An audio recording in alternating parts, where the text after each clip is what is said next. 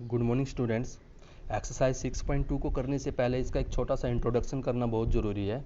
उसी से आप लोगों को समझ में आएगा कि हमें अल्टरनेट इंटीरियर एंगल्स कौन से होते हैं, अल्टरनेट एक्सटीरियर एंगल कौन से होते हैं, कॉरस्पॉन्डिंग एंगल्स कौन से होते हैं। तो इन सभी एंगल्स का जो डिस्क्रिप्शन है हमें पता है। ये जो चैप्टर है, इससे पहले का चैप्टर जो है वो हमारे 7th क्लास में भी मिल चुका है और 7th क्लास में ही इन सब एंगल्स का जो है वो डिस्क्रिप्शन दिया हुआ है। उसी के अकॉर्डिंग जो है एक वीडियो है वो हमारी 7th क्लास की ही है। तो आप लोगों को उस वीडियो को करना बहुत ज़रूरी है। उस वीडियो से आप लोगों को ये पता लग जाएगा ये सब एंगल्स क्या होते हैं और कब ये आपस में एक दूसरे के इक्वल होते हैं।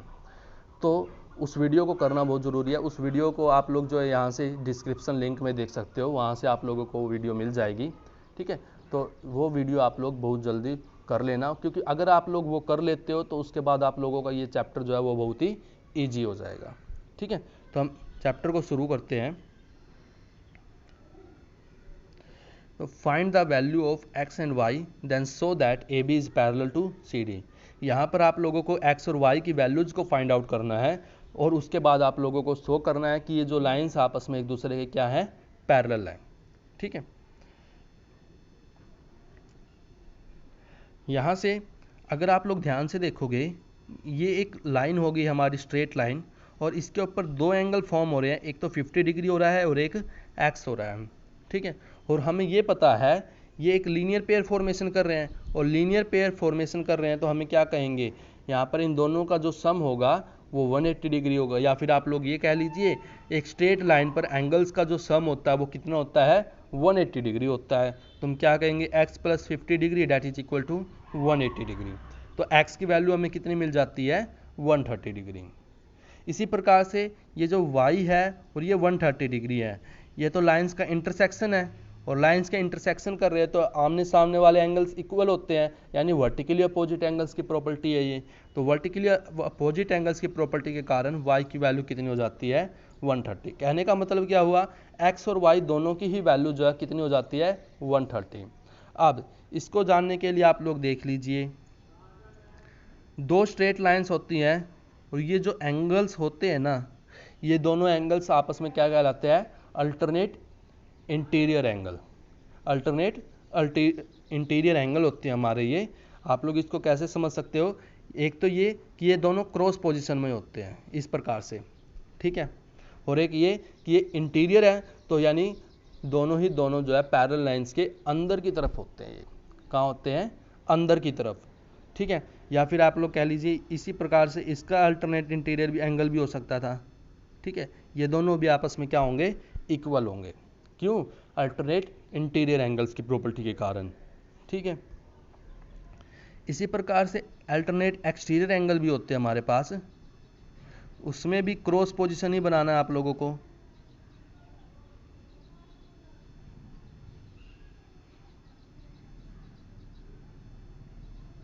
यहाँ से भी आप लोग क्या करना है, एक क्रॉस का ही निशान बनाना है। क्रॉस का निशान बनाते हुए इक्वल होते हैं और दोनों के दोनों जो है पैरेलल लाइन से बाहर होते हैं, इसलिए क्या नाम दिया जाता है उनको, अल्टरनेट एक्सटीरियर एंगल दिया जाता है। ठीक है, अब यहाँ से हमें ये पता चल चुका है कि x और y दोनों आपस में इक्वल है। इक्वल हुए तो कहने का मतलब क्या हुआ, ये अल्टरनेट कैसे एंगल है, अल्टरनेट इंटीरियर एंगल है। और अल्टरनेट इंटीरियर एंगल अगर आपस में यहाँ पर इक्वल हो रहे हैं तो इसका मतलब क्या हुआ कि लाइंस जो हमारे क्या है, पैरेलल है। ठीक है, अगर लाइंस पैरेलल नहीं होती ये कभी भी एक दूसरे के इक्वल नहीं आते। ठीक है, सो ये था हमारा क्वेश्चन नंबर 1। नेक्स्ट है क्वेश्चन नंबर 2। AB जो है वो पैरेलल दिया हुआ है किसके, CD के। CD जो पैरेलल है वो EF के है, CD पैरेलल है EF के। अब y/z दिया हुआ है 3:7, y और z का जो रेशो दिया हुआ है कितना है, 3:7। फाइंड x की वैल्यू आप लोगों को फाइंड आउट करनी है। अब y/z दिया हुआ है इसमें 3:7, तो हम मान लेते हैं इनका कॉमन रेशो a है, तो यानी y की वैल्यू भी a है, y की वैल्यू 3a हो जाएगी और z की वैल्यू 7a हो जाएगी। अब जैसे एक प्रॉपर्टी हम करते हैं कि x जो है z के बराबर है, y भी z के बराबर है, तो हम कह देते हैं कि x जो है वो y के भी बराबर हो जाएगा, या फिर तीनों आपस में क्या हो जाएंगे, इक्वल हो जाएंगे। उसी प्रकार से यहाँ पर है, यहाँ पर क्या है कि AB जो है वो CD के पैरेलल है, EF जो है वो भी CD के पैरेलल है, तो यानी AB और ई एफ, ये दोनों भी आपस में क्या होंगे, एक दूसरे के पैरेलल होंगे। या फिर A B parallel to C D parallel to E F, यानी किस प्रॉपर्टी के कारण, lines parallels to the same line are parallel to each other, यानी जो लाइंस जो है एक ही लाइन के पैरेलल होंगी, दो लाइंस हमारी अगर एक ही लाइन के पैरेलल होंगी तो वे भी आपस में, दो लाइंस की हम जो बात कर रहे हैं, वे भी आपस में एक दूसरे के पैरेलल होंगी। अब यहाँ से इस लाइन के ऊपर हम बात करें और ये ट्रांसवर्सल है हमारा, तो यहाँ से एक्स और जेड को अगर आप लोग ध्यान देखोगे तो ये अल्टरनेट इंटीरियर एंगल फॉर्म कर रहे हैं। देखो आप लोग कैसे क्रॉस का निशान बना रहे हैं यहाँ पे, और दोनों ही अंदर जो है एंगल्स के पैरेलल लाइंस के जो है वो अंदर की तरफ है। तो कैसे एंगल हुए ये, अल्टरनेट इंटीरियर एंगल। तो अल्टरनेट इंटीरियर एंगल की प्रॉपर्टी के कारण ये जो आपस में इक्वल हो जाते हैं। अब एक प्रॉपर्टी हो रहा है हमारी, क्या, दो पैरेलल लाइंस है और एक ट्रांसवर्सल कट करते हुए जा रही है, तो ट्रांसवर्सल के एक ही तरफ के एंगल्स का जो सम होता है वो कितना होता है, 180 डिग्री होता है। तो यहाँ से x और y का सम कितना हो जाएगा, 180 डिग्री हो जाएगा।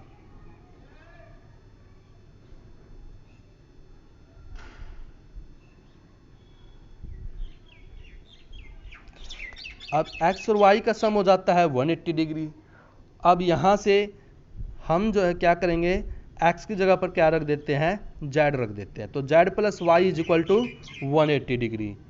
लेकिन z की वैल्यू थी हमारे पास 7 है और y की वैल्यू थी 3 है, तो इन दोनों का सम जो होगा वो हमारे पास कितना हो जाएगा, 180 डिग्री हो जाएगा।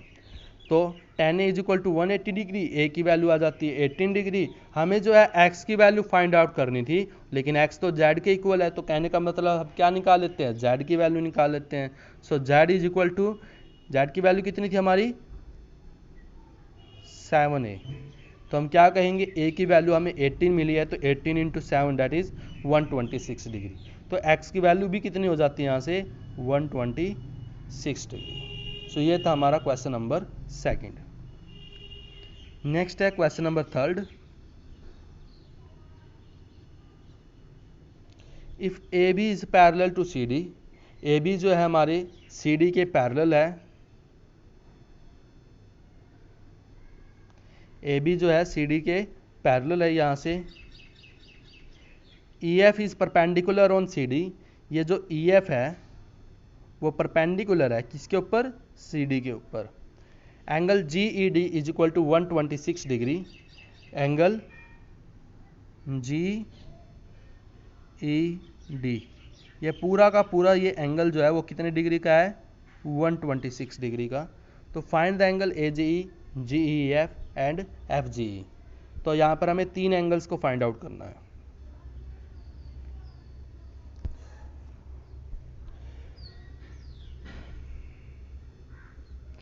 सबसे पहले हम बात करते हैं एंगल ए जी ई के लिए।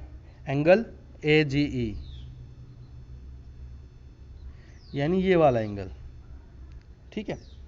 अगर इस वाले एंगल की तरफ आप लोग देखोगे, ये जो दो पैरेलल लाइंस है, यहाँ से ये एक ट्रांसवर्सल का काम करेगा, ठीक है।